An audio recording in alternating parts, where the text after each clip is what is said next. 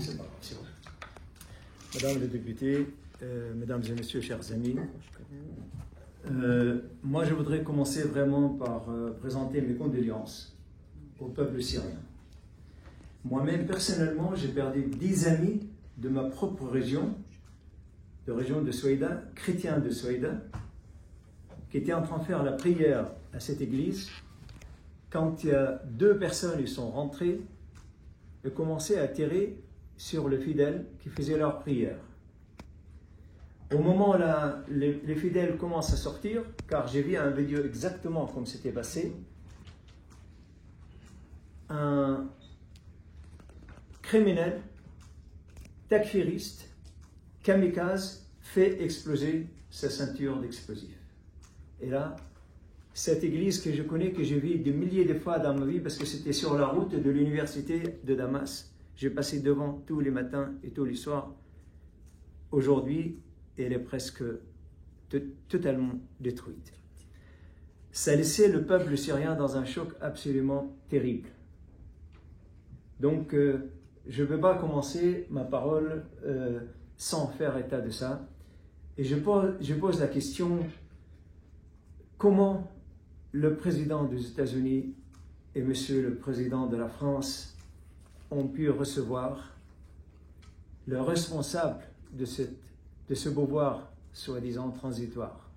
Donc je pose la question, je n'ai rien à dire, je ne peux pas, je n'ai pas le droit, mais je pose tout simplement la question. Mais le peuple syrien, j'ai l'impression qu'il est habitué à un destin tragique.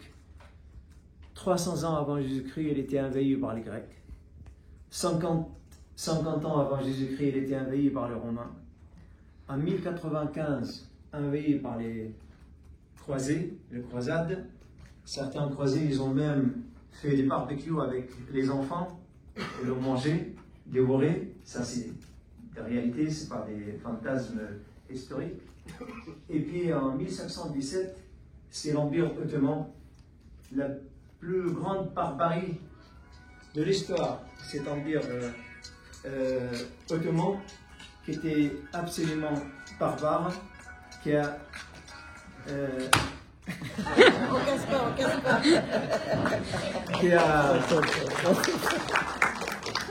Donc qui est rentré en Syrie, puis a envahi tous les pays arabes jusqu'à 1918. 400 ans d'occupation, des milliers de Syriens, et surtout des minorités, malheureusement, des Alaouites, de chrétiens et de druzes, qui se sont rebellés contre l'Empire ottoman, étaient égouillés. Si vous regardez dans les archives du ministère des Affaires étrangères ici en France, vous allez trouver des tonnes d'archives de l'Empire ottoman en Syrie.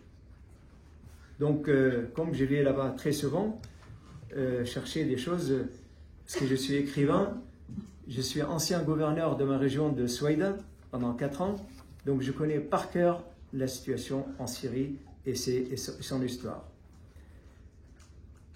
En 2011, une guerre planétaire commençait contre la Syrie. Téléguidée par toujours la Turquie, les héritiers de l'Empire ottoman, l'argent de Qatar, l'émir de Qatar lui-même, il a avoué devant la télévision qu'ils ont dépensé 80 milliards de dollars pour faire tomber la Syrie. Tout ça pour faire passer le gaz de Qatar vers la Turquie à travers la Syrie et puis le vendre aux Européens à travers la mer Méditerranée. Et puis, à l'époque, M. Laurent Fabius a trouvé qu'à Al-Nusra, les terroristes faisaient des bons boulots en Syrie. Vous vous rappelez de ça?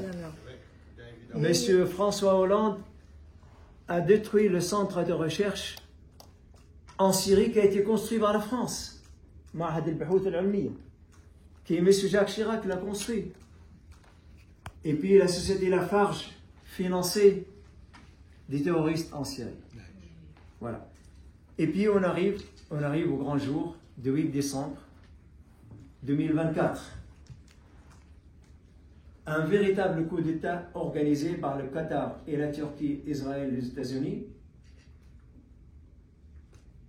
Au lieu de donner le pouvoir à des opposants syriens, on va dire acceptables, on donne le pouvoir à une toute petite minorité de le front d'Al-Nusra de M. Fabius, qui ont fait exploser des bombes à Paris quelques années auparavant, qu'ils n'avaient absolument aucune légitimité, tout simplement parce qu'ils sont totalement dans la poche de la Turquie et des États-Unis et d'Israël. Et quand on leur a donné le pouvoir, ils ont fait une déclaration qui vont apporter la paix à la Syrie.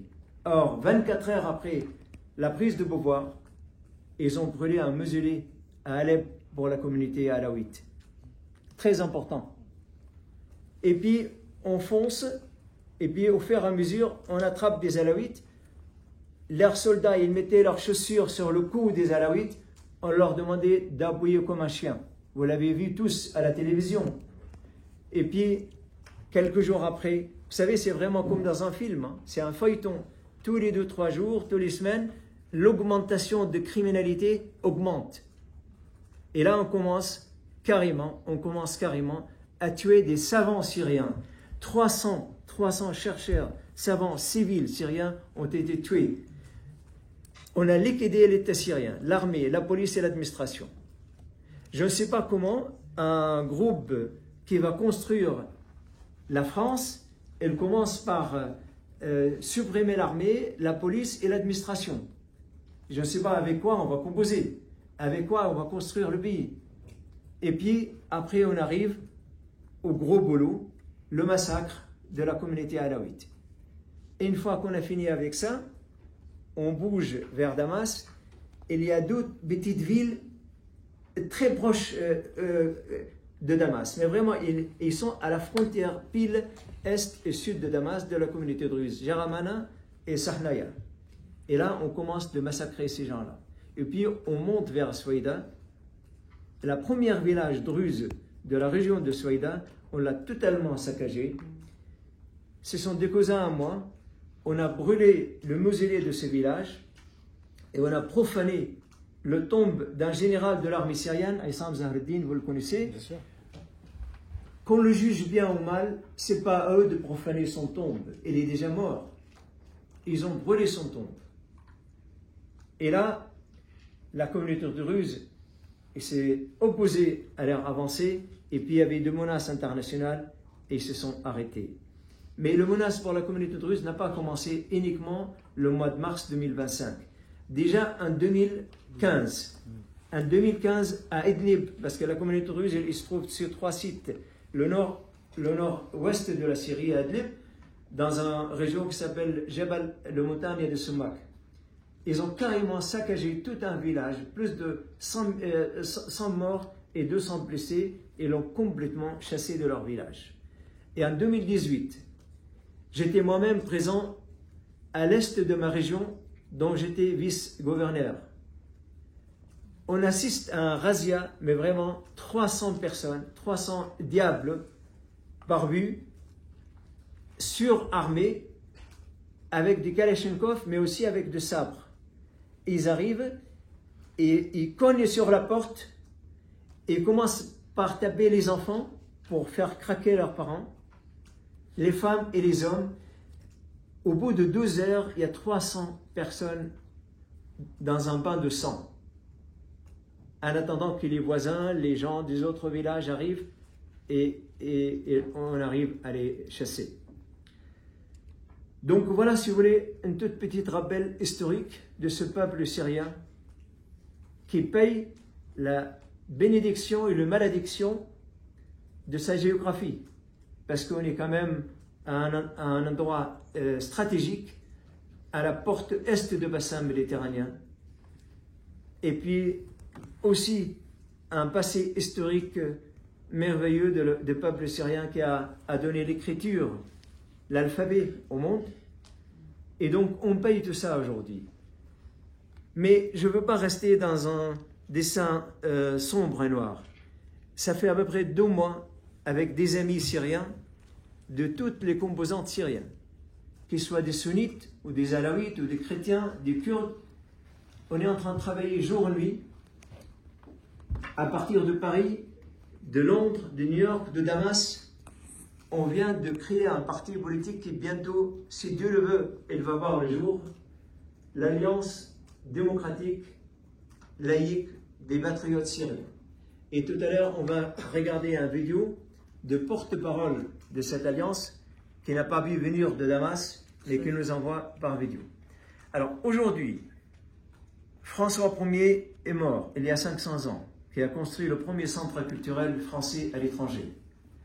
Y aura-t-il un autre François Ier qui va aller en Syrie avec des idées culturelles, fidèle à la France et son image dans le monde, ou on va continuer à aller pour un contrat de pétrole et un contrat de gaz se tenir de groupes terroristes.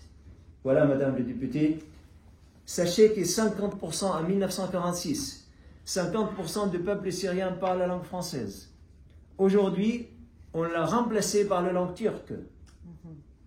L'école française date de Mathusalem.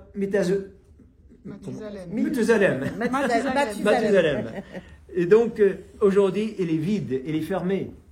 Le centre culturel français qui recevait des centaines de milliers de personnes, qu'il était un véritable rayonnement de culture, aujourd'hui, il est fermé. Je vous en supplie, madame, vos amis, les députés de la France, faites une délégation et allez en Syrie. Je serai prêt à venir avec vous si vous garantissez que je reviens à Saint-Yusuf. Voilà. Donc, je suis pas sûre qu'on ait les garanties pour l'instant. On ne va pas faire de passage de beau mal. Nous aimons la France. Mais pas la France d'aujourd'hui. La France de demain. Comme c'était à l'époque du général de Gaulle, quand il est venu chez nous à la maison, à Soïda en 1946, j'ai toujours des photos quand on l'a reçu, mon grand-père, chez nous à la maison. Je vous remercie.